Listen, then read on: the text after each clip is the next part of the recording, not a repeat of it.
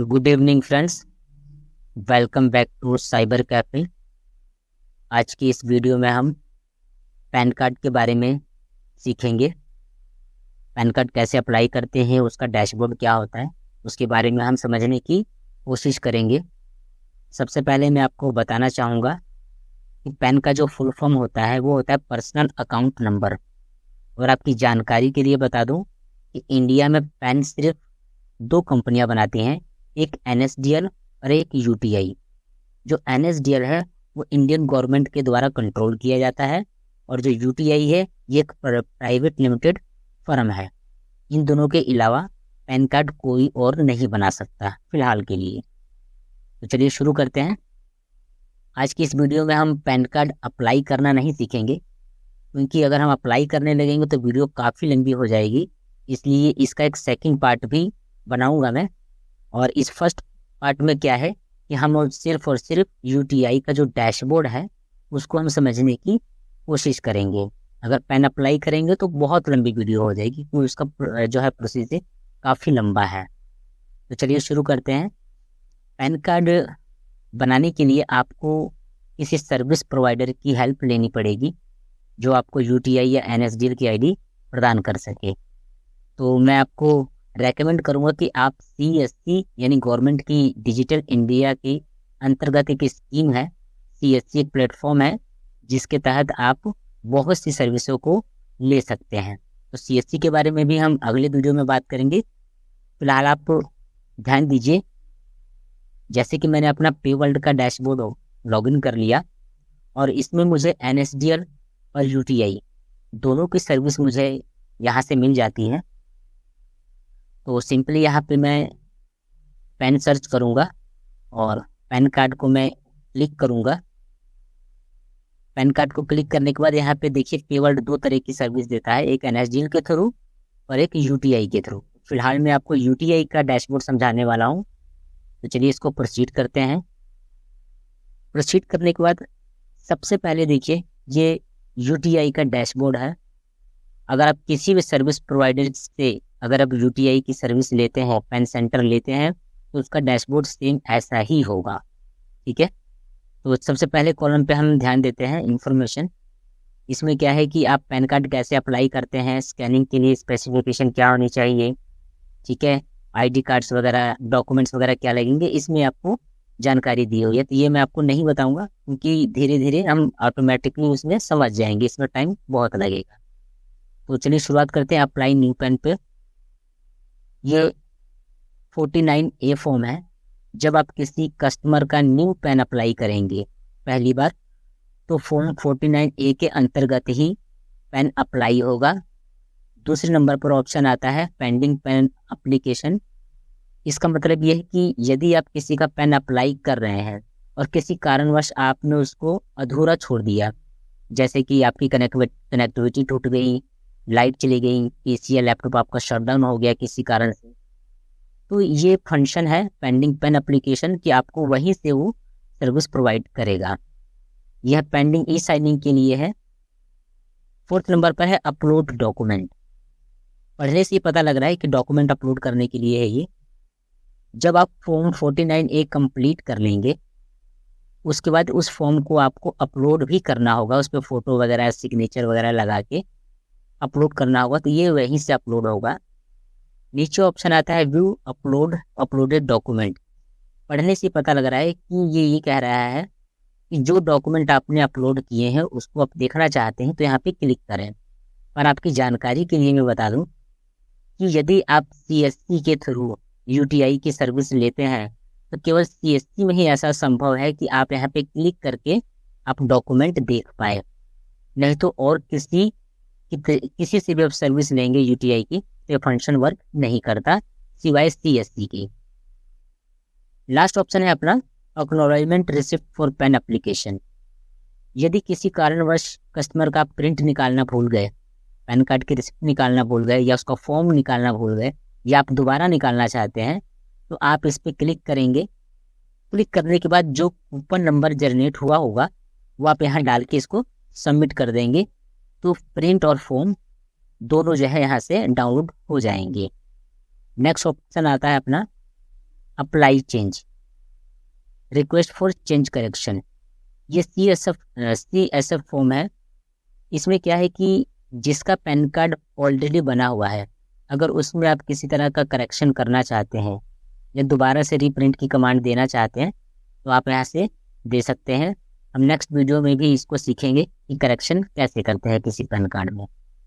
Pending CSF application, ये same वही है कि अगर आप करते करते बीच में किसी तरह से कोई पेंडिंग रह जाता है फॉर्म, तो आप दोबारा से यहाँ क्लिक करके उस फॉर्म को पूरा कर सकते हैं। ये E-साइनिंग के लिए है।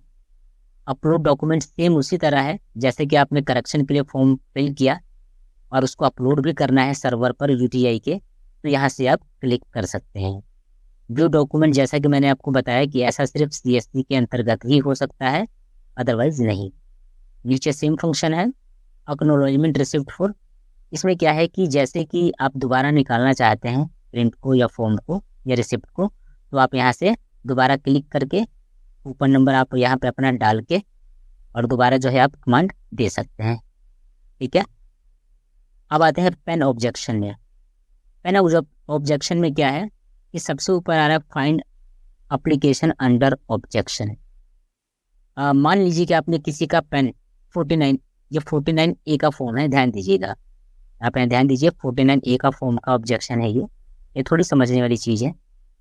यदि आप किसी का फॉर्म 49A भर रहे हैं, यानी नया पैन कार्ड अप्लाई कर रहे हैं, और किसी कारणवश वो पैन कार्ड प्रोसेस में नहीं आ पाया, तो आप यहाँ पे जाके ऑब्जेक्शन क्लियर करेंगे, फाइंड ऑब्जेक्शन करेंगे। या ऐसा भी हो सकता है कि जब आपने फॉर्म 49A भरा, नया पैन कार्ड बनाने के लिए फॉर्म भरा, अगर सेम डे आप उसके डॉक्यूमेंट को UTI के सर्वर पर अपलोड नहीं करते हैं, फिर वो कूपन नंबर जो है फाइंड एप्लीकेशन नंबर में चला जाएगा। यहाँ से फिर आपको नेक्स्ट करके उसको ओके करना पड़ेगा। मान लीजिए आज 27 है, आज मैंने पैन कार्ड अप्लाई किया और आज मैं डॉक्यूमेंट अपलोड नहीं करूँगा, तो ये वो जो एप्लीकेशन नंबर है, जो कूपन नंबर हमें मिलेगा, वो ऑब्जेक्शन में चला जाएगा। और आप सोचोगे कि शायद यहाँ पे व्यू डॉक्यूमेंट करके या अपलोड डॉक्यूमेंट करके उसका डॉक्यूमेंट अपलोड कर लूँ, तो अब ये यहाँ से अपलोड नहीं होगा। आप पेन ऑब्जेक्शन में जाएंगे, फाइंड एप्लीकेशन में उसको ओके करके फिर आप यहाँ पे नेक्स्ट ऑप्शन आता है अपलोड टू क्लियर ऑब्जेक्शन। जब यहाँ से आप उसको सबमिट कर देंगे, फिर वो डॉक्यूमेंट यहाँ से अपलोड होगा, ना कि यहाँ से अपलोड होगा। यहाँ से नहीं होगा, वो पैन कार्ड का फॉर्म अब यहाँ से अपलोड होगा। सेम उसी तरह CSF का भी है। जब आप पैन कार्ड किसी का करेक्शन करेंगे और किसी कारणवश सेम वैसे ही हो गया कि किसी कारणवश वो पैन फॉर्म प्रोसेस में नहीं जा पाया या आप अपलोड नहीं कर पाए, तो आपको फाइंड एप्लीकेशन नंबर में जाके उसको पहले ऑब्जेक्शन क्लियर करनी पड़ेगी। उसके बाद आपको यहाँ से अपलोड डॉक्यूमेंट पे जाके उसको अपलोड करना पड़ेगा। तो सेम प्रोसीजर है न्यू पेन का भी और करेक्शन का भी। उसके बाद आता है ट्रैक पेन।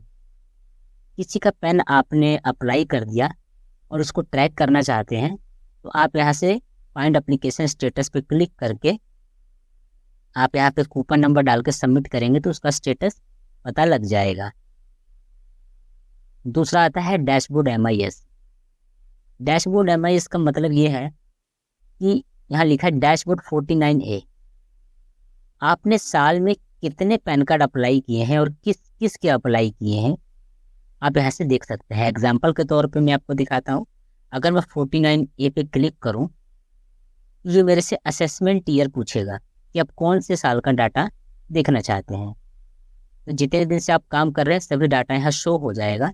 सिंपली मान लीजिए कि मैं 2022-23 का डाटा देखना चाहता हूँ कि कितने फॉर्म अप्लाई किए थे और किन किन लोगों का किया था। तो यहाँ करने के बाद सबमिट करेंगे। यहाँ देखिए 266, ठीक है, 266 पेन 2022-23 में मैंने क्रिएट किए थे UTI से, और यहाँ पे 264 क्लियर हो चुके हैं और किसी कारण 2 पेन पेंडिंग रह गए हैं। ठीक है, ठीक उसी तरह डैशबोर्ड CSF का भी है। यहाँ से क्लिक करके आप जान सकते हैं कि इस साल हमने कितने पेन अप्लाई किए हैं। अगर आपको कूपन नंबर वगैरह चाहिए होगा तो आप यहाँ से देख सकते हैं, किसी कस्टमर का ले सकते हैं। मान लीजिए मैंने यहाँ पे देख लिया 34 पैन हमने करेक्शन में डाले थे। अगर मैं इस पर क्लिक करूँगा तो सभी कस्टमरों की डिटेल यहाँ खुल जाएगी। देखिए यहाँ पे कूपन नंबर सभी आ रहे हैं, नाम आ रहे हैं। और आप चेक स्टेटस पे क्लिक करेंगे तो यहाँ पे स्टेटस भी आ जाएगा, एप्लीकेशन प्रोसेस सक्सेसफुल, ये पैन कार्ड बन चुका है और उसके एड्रेस पे जा भी चुका है। तो ये डैशबोर्ड 49A यानी न्यू पैन का था और ये करेक्शन का था। ये पेमेंट डिटेल है। किसी पैन को आपने अप्लाई किया और पेमेंट डिटेल देखना चाहते हैं, फेल है या पास है, तो आप यहाँ पे क्लिक करके देख सकते हैं। ये न्यू पैन का है और ये करेक्शन का है। अब आते हैं फिजिकल रिसिप्ट पे। फिजिकल डॉक्यूमेंट पेंडिंग वो चीज़ है कि आपने मान लीजिए साल में 100 पैन कार्ड बनाए हैं और 100 के 100 पैन कार्ड आपके बने हैं या नहीं बने उससे मतलब नहीं है। आपने कितने फॉर्म यूटीआई के दफ्तर भेजे हैं ये वो शो कराता है। अगर मैं फिजिकल पेंडिंग डॉक्यूमेंट पे क्लिक करूँगा तो यहाँ डिटेल खुल जाएगी कि आपने इतने पैन कार्ड जो फिजिकल हैं आपने यूटीआई के दफ्तर में कुरियर नहीं किए हैं, आपके सबमिट कराने पेंडिंग है। ठीक है, तो इस चीज़ का भी आपने ध्यान रखना है। सेम प्रोसीजर वैसे ही है। यहाँ पे सर्विस में क्या है कि आप चेंज प्रोफाइल पे आप अपने प्रोफाइल को मॉडिफाई कर सकते हैं। जैसे यहाँ पे शॉप का नाम आ जाता है, ठीक है, आपका नाम आ जाता है, आपकी मेल एड्रेस, आपका मोबाइल नंबर सब यहाँ पे आ जाता है। आप यहाँ से इसको लॉग आउट कर सकते हैं। दोस्तों ये था यूटीआई का डैशबोर्ड। ठीक है, नेक्स्ट वीडियो में हम न्यू पैन को अप्लाई करना सीखेंगे। Thank you for watching, have a nice day.